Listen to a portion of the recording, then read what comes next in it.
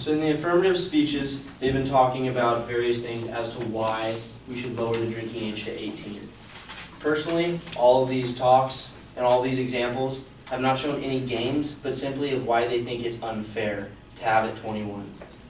They talk about economic gain, but yet they say that the ages of 12 to 20 only hold 11% of alcohol usage in the United States. That's not a very big margin of who's buying, who's drinking the alcohol. If you wanted to make a real difference, you also would have to educate the young as to what they're drinking and the dangers that could come from it, whether that be operating vehicles or simply the health. Annie touched on how the young, or how 18-year-olds are still developing. In the affirmative, talked about how your mind continues maturing well into the 20s.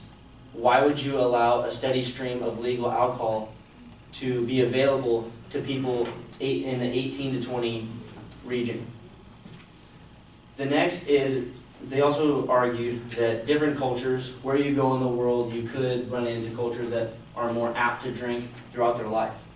Like I said earlier, you can't speculate in bringing other cultures to America. We were raised different.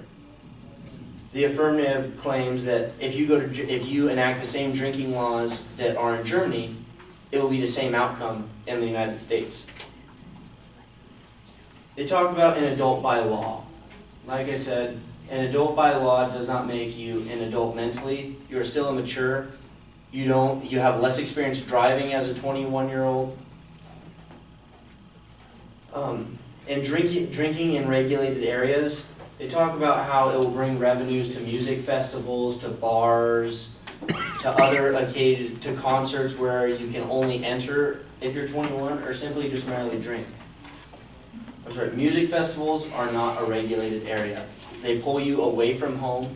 They have an unlimited supply of alcohol, draining the little bit of resources that the 18 to 20-year-old demographic has.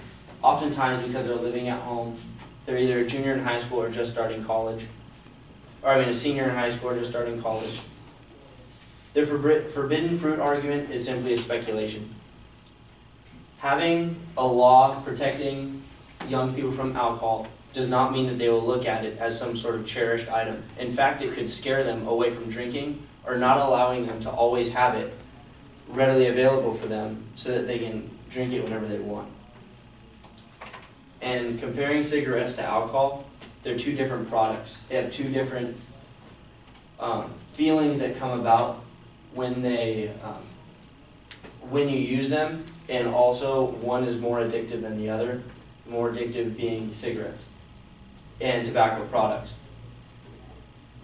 With these accusations and with their bill being put forth to bring the drinking age to 18 instead of 21, there are no gains. There is simply a belief that it would be more fair to 18-year-olds.